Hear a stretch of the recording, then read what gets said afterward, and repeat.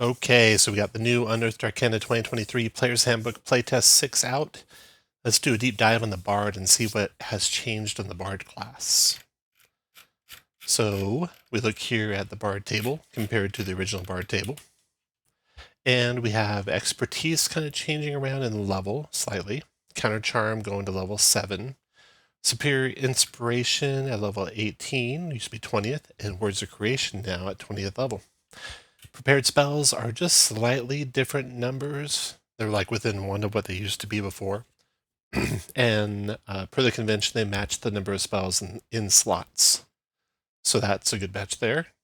And coming down here into proficiencies, we'll notice that the Bard used to get proficiencies with some extra weapons besides simple, like hand crossbows, long swords, rapiers, and short swords, and now they have only simple.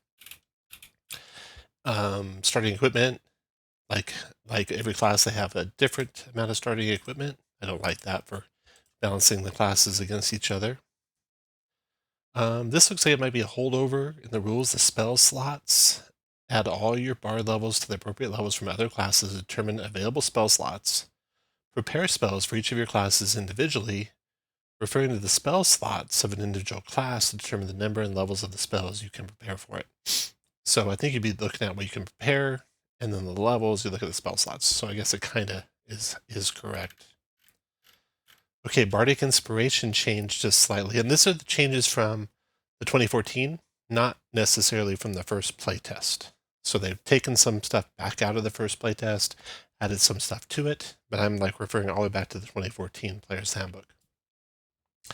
So Bardic Inspiration changed to be an hour, used to be 10 minutes, and it changed to when the creature fails a d20 test. So I really like that. You don't have that that pause you have to take between when they roll and if you tell them they made it or didn't make it, for them to decide if they want to use the Bardic Inspiration. Spell casting. This is a big change. They get to pick a spell list, Arcane, Divine, or Primal, to go with. Now, as soon as they hit 10th level, they get all 3 spell lists. We'll see that at the 10th level power. And the spells include Vicious Mockery. So let's go take a look at Vicious Mockery. Look in the spells. Here we go. So what happened with Vicious Mockery? It's a bard spell only now. It used to be only a creature you can see, but now it's a creature you can see or hear. It does d6 instead of d4. It scales up only with your bard levels. So that's the changes on Vicious Mockery. Now back to the bard. They have prepared spells, which they can change when they gain a level. So that's similar to the way the bard used to have known spells that they could change when they gain levels. We come up here to spells, spells known. Expertise changes second. Font of Inspiration, a little additional change they have here in the Font of Inspiration is you can give yourself 1 use by expending a spell slot. No action required. You can do so only once per turn. So it's like as long as you have spells, you always have a Bard Inspiration available if you need it. And no action required, so you can create it to use it as a reaction. If you have something, you can use reactions for them. And then Counter Charm going to 7th level, but they made it much better. So Counter Charm, I used to never see successfully used. It took an action, and by the time you knew you needed it, it was usually too late in the fight to bother with it. But the new one, when a creature if you or a creature within 30 feet of you fails a saving throw, you can use your reaction to cause the save to be re-rolled, and the new roll has advantage. So that's really powerful. And coming down here to Magical Secrets, this at 10th level is when your spell list changes from what you picked up first to everything. Superior Inspiration, that changed. It used to give you 1 use if you started an initiative and had no uses left. Now it gives you 2 uses. The Words of Creation, the new 20th level power, gives you Power Word Heal and Power Word Kill, always prepared, and when you cast them, you can target a second creature with the spells, provided it's within 10 feet of the first target. So let's go look at those spells.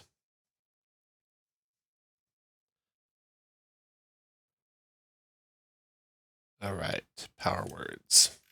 So the power word heal changed to an enchantment. It changed from range of touch to 60 feet, and component is just verbal nouns instead of verbal and semantic. And it does have to now be a creature you can see. It didn't have to be that before. It also removes the dazed condition, one of the new conditions. They removed that it doesn't work on undead or constructs. So characters who are autonomes, for example, it'll work on. Power word kill is it does damage even if the target has more than 100 hit points. 12, I don't know why it doesn't just do 100 hit points damage. It does 12d12, which is around 75 on average, I think. So those are the two power words for the 20th level bard. Now, the bard subclasses. We get 4 subclasses with each of these classes. And the first one we see here is College of Dance, which is new. When you aren't wearing armor or wielding a shield, you get your armor class counts your dexterity and your charisma, and you have agile strikes.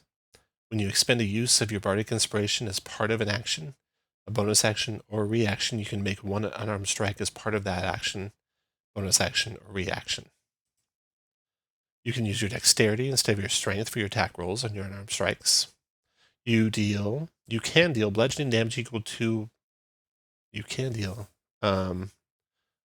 equal to a roll of your bardic inspiration die plus your dexterity modifier, and it doesn't expend the die.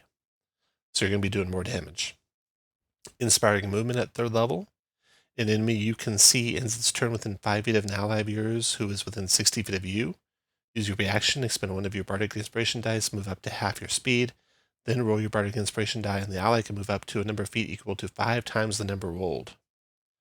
None of this features movement provokes opportunity attacks. Leading evasion. This one's really powerful. I think too powerful. You basically have evasion. Dex saves for half, you take none, and if you fail, you take half. And any creature within 5 feet of you making the same dex save shares the benefit. And it doesn't appear that it takes a bardic inspiration or anything to do that, sharing the benefit. I would suggest maybe that should take a bardic inspiration die, because that's really powerful. Then we got at 6th level also 10 in footwork. When you roll initiative, you can spend a use of your bardic inspiration and roll it. And the number of creatures within 60 feet of you equal to your charisma mod, minimum of 1. So usually probably 4 or 5. Each of them gains a bonus to their initiative equal to what you rolled on the die. So that's really strong. Now, at least this one, you do have to spend the die. Maybe reduce the range. So it's not 60 feet, it's more like 30 or 10 or 5, and then it'd be pretty good. 14th level, we have Irresistible Dance.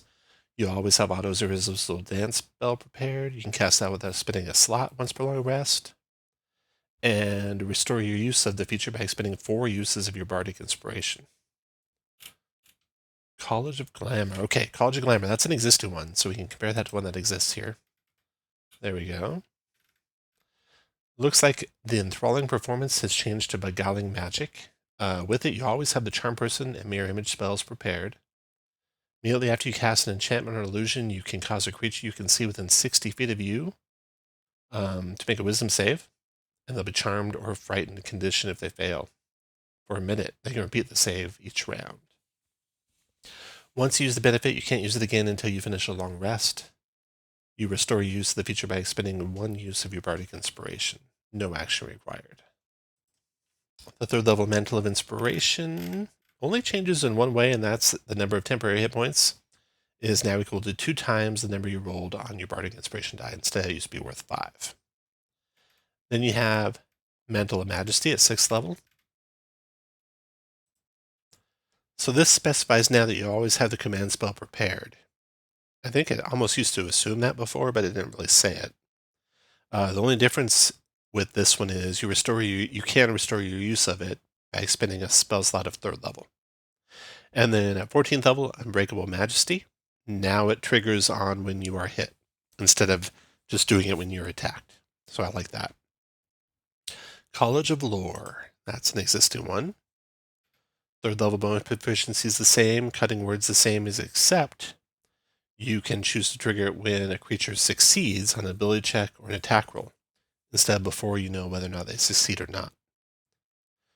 Then 6th level, Magical Discoveries. Whenever you get at Bard level, you can replace one of the spells. That's the only thing different there. Otherwise, you gain 2 spells just like it is in the College of Lore. And then Peerless Skill. The difference here is this used to be an ability check. Now it's an ability check or an attack roll. And it triggers when you fail, so you know you aren't wasting it.